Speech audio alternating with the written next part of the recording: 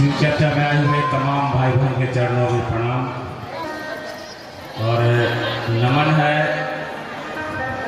इनको बोलो क्या कि साहब और दीदी इस मंदिर में पता नहीं कितने बार आए हैं माँ भगवती को प्रणाम करने, और माँ भगवती जो भद्रकाली की जो माँ है बहुत अच्छी है। तो आप पूछिएगा कि और जगह माँ अच्छी नहीं है, इसलिए अच्छी है कि साहब आते थे। हम लोग को जहाँ जहाँ साहब मंदिर में गए हैं, जो सिंहेश्वर मंदिर गए थे, प्रसाद खिलाए थे, महसी में गए थे, तो जिसके कहने पर माँ भगवती प्रसाद ग्रहण कर रही थी। इस मंदिर से बहुत लगाव था। और आज हम लोग का जो प्रोग्राम चल रहा है, चौथा साल है। हमको पूरा याद है कि 2022 साहब से मिलने गए थे।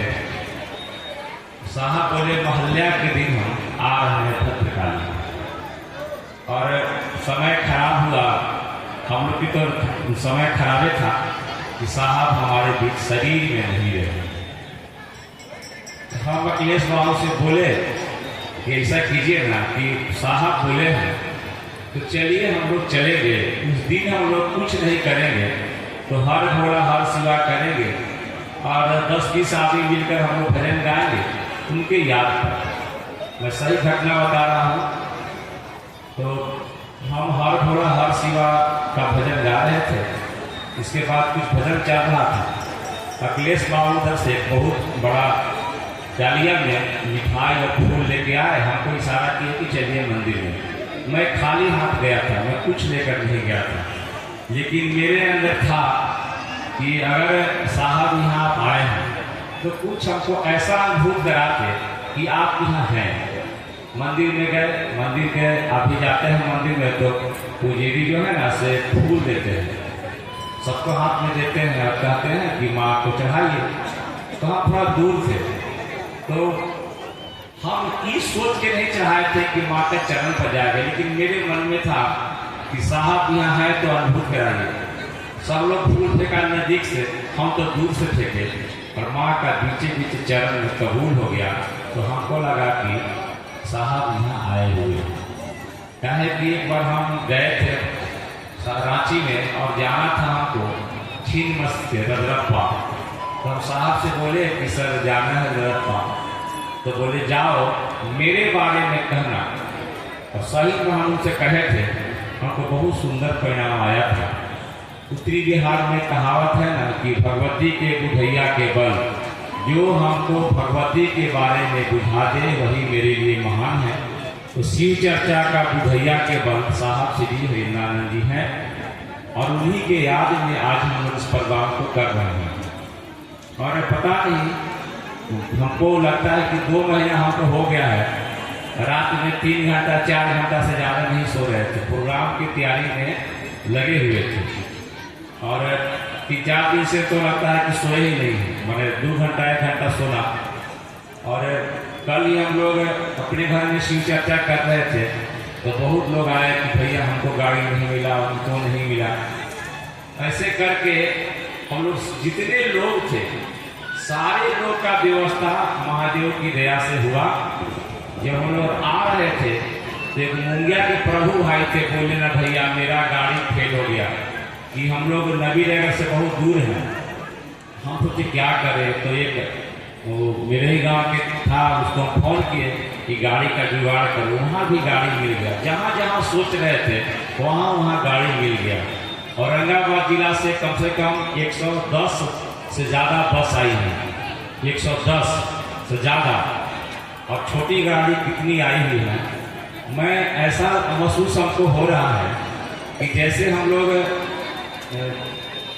कुंभ मेला के बारे में सुने और देखे। कुंभ मेला हम भी गए थे, कहीं होटल में खाना नहीं मिल रहा था और लोग चले जा रहे थे। यहाँ भी हमको लगा कि लोग चले आ रहे हैं। हमसे बहुत लोग पूछा कौन आ रहे हैं, मैं एक ही लाइन में जवाब देता था कि साहब और दीदी आ रहे हैं।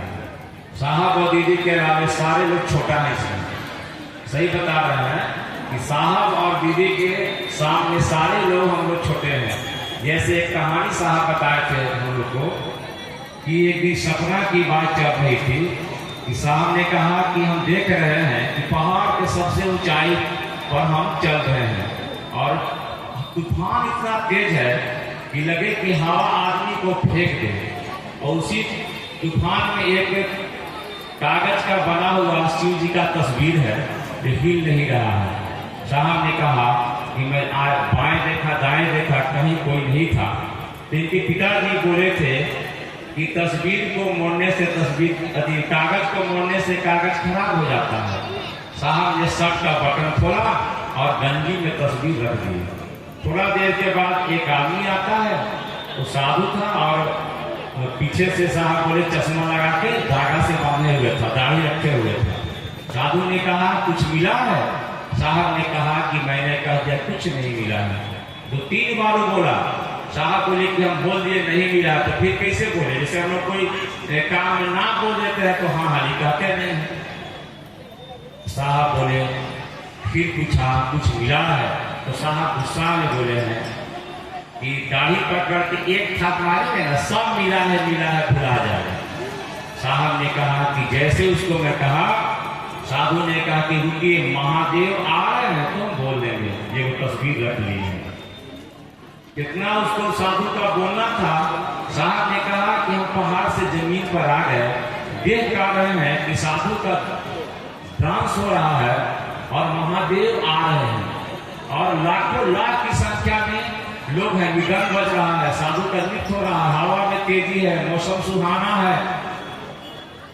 और जैसे साहब के पास बसहा बैल आता है, नंदी भगवान आते हैं और रुकते हैं और सबसे आगे उसी पर भगवती बैठी हुई थी, नीचे उतर जाती हैं और कहती हैं क्यों रो रहे हो बेटा, एक तस्वीरें न लिए हो। कि बुढ़ा आदमी मुझे हिला रहा था कि हम कहेंगे, तो भगवती पहले ही बोल दी कि ये को तस्वीरें न लिए हो। और बोले कि इतने लोग थे ना, इतना सुहाना मौसम था। हुआ क्या कि तब महादेव ने कहा कि हरिंद्र आपके यहाँ ये लोग जाते हैं, आप पहचानते हैं? साहब बोले कि 1-2 साधु रहता तब ना, लाखों में साधु था। साहब बोले कि जी नहीं। महादेव ने ऐसे किया, सारे साधु बोल गए, चले गए, 2 बच गए। साहब तो पहचान गए। तो आप सुने होंगे सब कहानी में कि साहब साधु से भटकते थे। साधु बने गेरुआ बस से भटकते थे, काहे कि उनको सब भगा था। महादेव ने कहा कि जाते जरूर है, कदर नहीं करते हैं। इतने पर उस आदमी को मौका मिल गया, जो बुरा आदमी था, कहा कि अभी बोले आपको कि दाढ़ी पकड़ के मारेंगे। एक था, महादेव ने कहा चुप। साहब ने कहा कि जैसे महादेव ने कहा चुप, हवा रुक गई, साधु का डांस रुक गया और जब लगता कुछ था ही नहीं और महादेव का गले से सर्प जाने लगा उस गुहा को काटने। कहा कि महादेव चुप बोल देंगे तो फिर धरती में बचना है। नदी पहुंचा, साहब बोले